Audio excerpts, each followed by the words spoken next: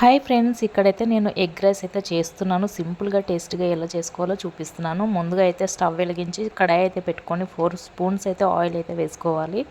ఇంకా ముందుగా అయితే ఆనియన్స్, పచ్చిమిర్చి అయితే కట్ చేసి అయితే పెట్టుకోవాలి. ఇట్లా చిన్నగా అయితే కట్ చేసుకోవాలి. మిర్చి అయితే టేస్ట్కి తగ్గట్టు వేసుకోండి. కారం మిర్చి అయితే కొంచెం తక్కువగానే వేసుకోండి. నేనైతే మిర్చి అయితే కారం లేదనేసి కొంచెం ఎక్కువగానే వేసుకుంటున్నాను. మీరైతే చూసుకొని అయితే వేసుకోండి. నేను ఆనియన్స్ అయితే ఒక 10 ఆనియన్స్ అయితే కట్ చేసి పెట్టుకున్నాను. రైస్కి సరిపడా ఆనియన్స్ అయితే తీసుకొని అయితే కట్ చేసుకున్నాను.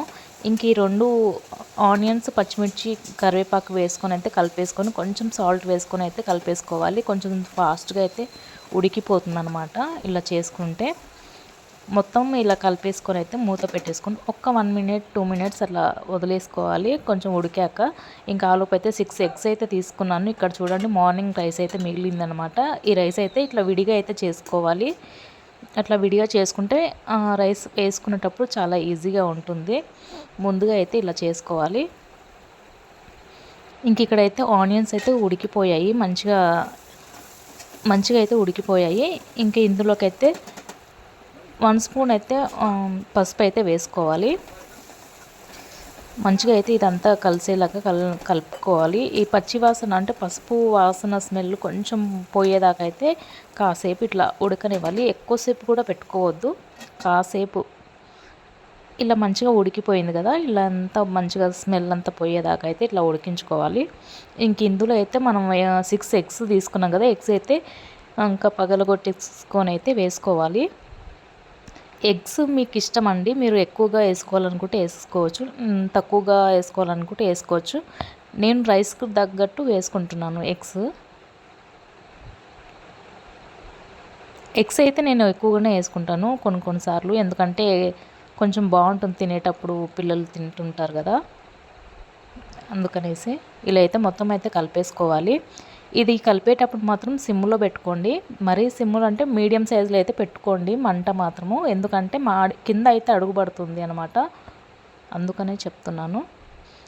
ఇలా అయితే ఒకసారి అంతా కలిపేసుకొని మూత అయితే పెట్టేసుకొని కాసేపు ఉడికించాక ఇలా అయితే ఉడికిపోవాలన్నమాట. మొత్తం ఇట్లా అంటే చపాతీలోకి తింటే ఎలా అయితే వస్తుందో, ఎగ్ బుజ్జి అంటారు కదా, ఆ టైప్ అయితే రావాలి అనమాట.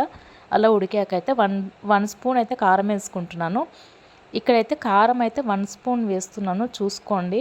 నేను రైస్ ఎక్కువగా ఉంది కాబట్టి నేను మళ్ళీ కారం యాడ్ చేస్తాను రైస్ వేసినప్పుడు. ఇక్కడైతే కొంచెం ఒక స్పూన్ కారం వేసుకొని సాల్ట్ అయితే వేసుకొని అయితే కలిపేసుకుంటున్నాను.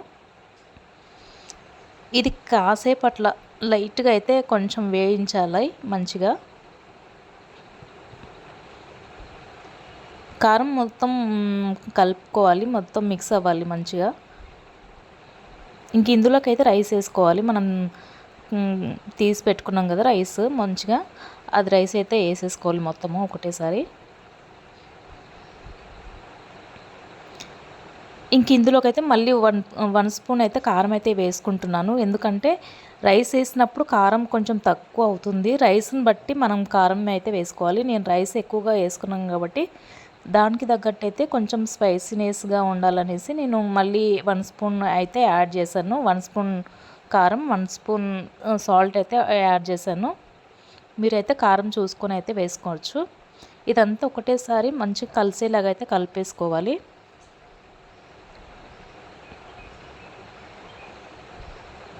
ఇలా నీట్గా మొత్తం కలిపేసుకోవాలి. చూసారా, ఇలా అయితే కలిపేసుకొని అయితే కాసేపు ఒక 1-2 మినిట్స్ ఇట్లా వేడి చేయాలి. చూసారా ఎంత బాగా వచ్చిందో. వేడి అంటే మనం కారం వేస్తాం కదా, కారంలాగా అనిపించకుండా కొంచెము అది కారం అనేది ఉడుకుతుందన్నమాట ఇలా చేస్తే. ఇంక ఇక్కడైతే మా పిల్లలకైతే పెట్టేస్తున్నాను. ఆనియన్స్ ఉంటే చాలండి, ఇలా చేసుకోవచ్చు సింపుల్గా. నా స్టైల్లో అయితే నేను ఇలా సింపుల్గా అయితే చేసేసుకుంటాను. ఎవరికైనా నచ్చితే ఒక లైక్ చేయండి, సపోర్ట్ చేయండి, సబ్స్క్రైబ్ చేయండి. డైలీ శారదా వ్లాగ్స్ అని ఉంటుంది, ఒకసారి చెక్ చేయండి నా ఛానల్ని. నచ్చితే ఒక లైక్ చేయండి, ప్లీజ్ సపోర్ట్ చేయండి.